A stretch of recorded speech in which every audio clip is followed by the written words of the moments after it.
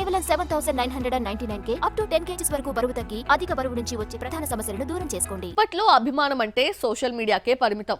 మాటల్లేవ్ అన్నట్టు ట్వీట్స్ తోనే అన్ని చెప్పేస్తున్నారు. 80వ దశకంలో హీరోలపై అభిమానం ఏ రేంజ్ లో ఉండేది?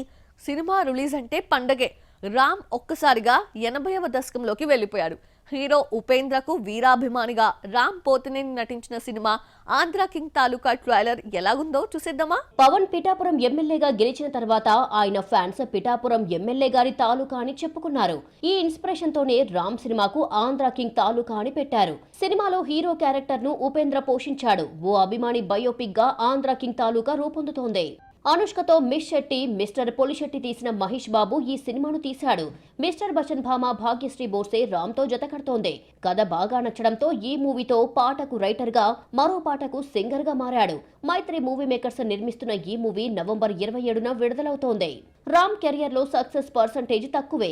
ఇస్మార్ట్ శంకర్ హిట్ తర్వాత వచ్చిన Red, the Warrior, Skanda, Double iSmart నిరాశపరిచాయి. మరి ఆంధ్ర కింగ్ తాలూకా పేరు చెప్పుకొని సక్సెస్ లోకి రీ ఎంట్రీ ఇస్తాడేమో చూడాలి. మరి ఆంధ్ర కింగ్ తాలూకా హిట్ రామ్ కే కాదు, హీరోయిన్ భాగ్యశ్రీ బోర్సేకు కూడా చాలా అవసరం. ఎంట్రీ ఇచ్చిన మిస్టర్ బచ్చన్ ఫ్లాప్ అయ్యింది. ఆ తర్వాత కింగ్డమ్, కాంతాతో హ్యాట్రిక్ ఫ్లాప్ చూసిన భాగ్యశ్రీ ఆంధ్ర కింగ్ తాలూకాతో సక్సెస్ లోకి అడుగు పెడుతుందేమో చూడాలి మరి.